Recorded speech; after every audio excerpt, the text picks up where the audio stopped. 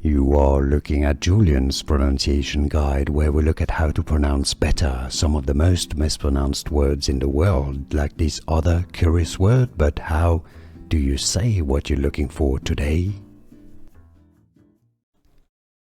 Name pronunciation, also word.